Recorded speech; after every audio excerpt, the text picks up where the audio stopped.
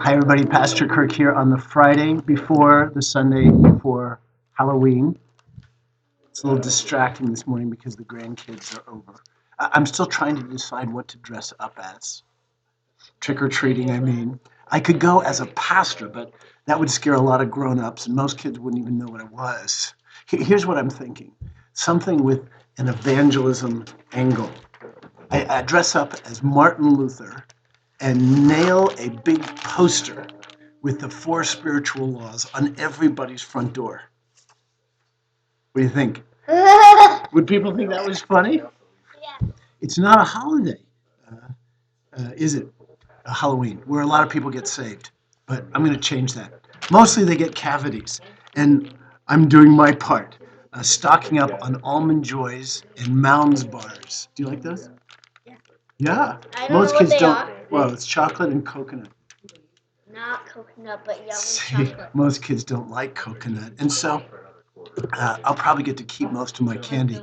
I have this very long, spooky driveway, and on Halloween, in 4 years, no kid has dared venture up it, which means I get to keep all my candy.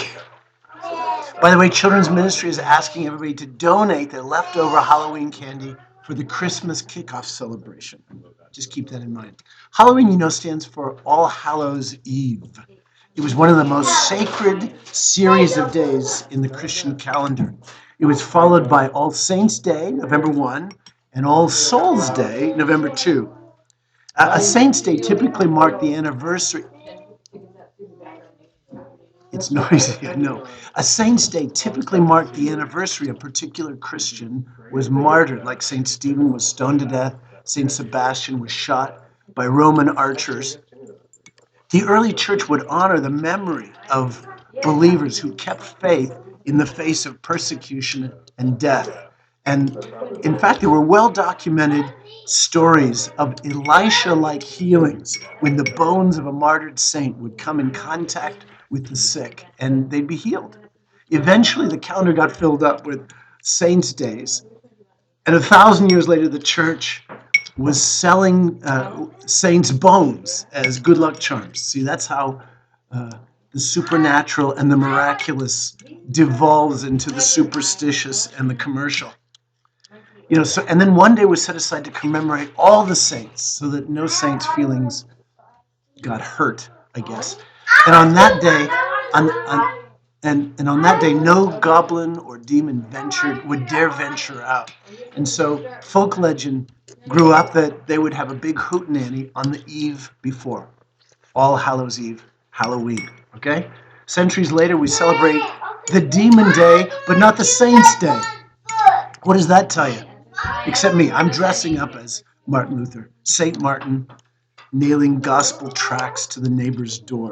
And I hope they get saved, but I hope they don't recognize me. The really scary day, in fact, is in 2 weeks, Election Day. Just kidding. This Sunday, I'll actually be preaching an election special, telling everybody how to vote. We try to avoid controversy around here, but sometimes I just go and step in it.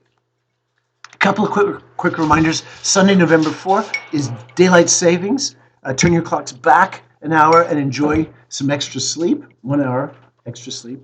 And then don't forget your Christmas shoe boxes. Last year, we boxed up something like 669 gift boxes. This year, we're shooting for 700.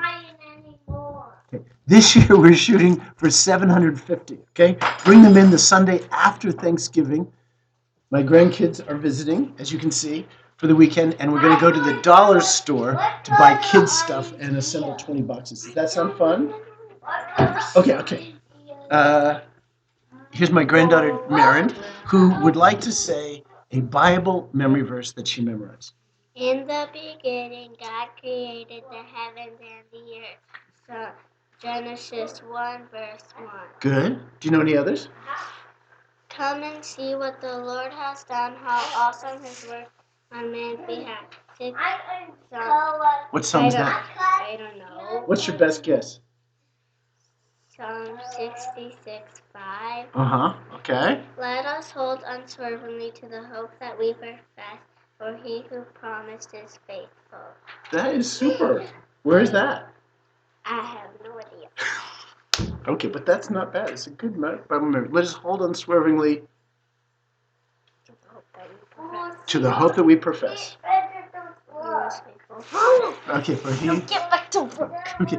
Oh, don't you want to know my memory verse? Yes. Okay, this week in 15 Minutes with God, it's Titus 2, 9 to 11. You all memorized that, right?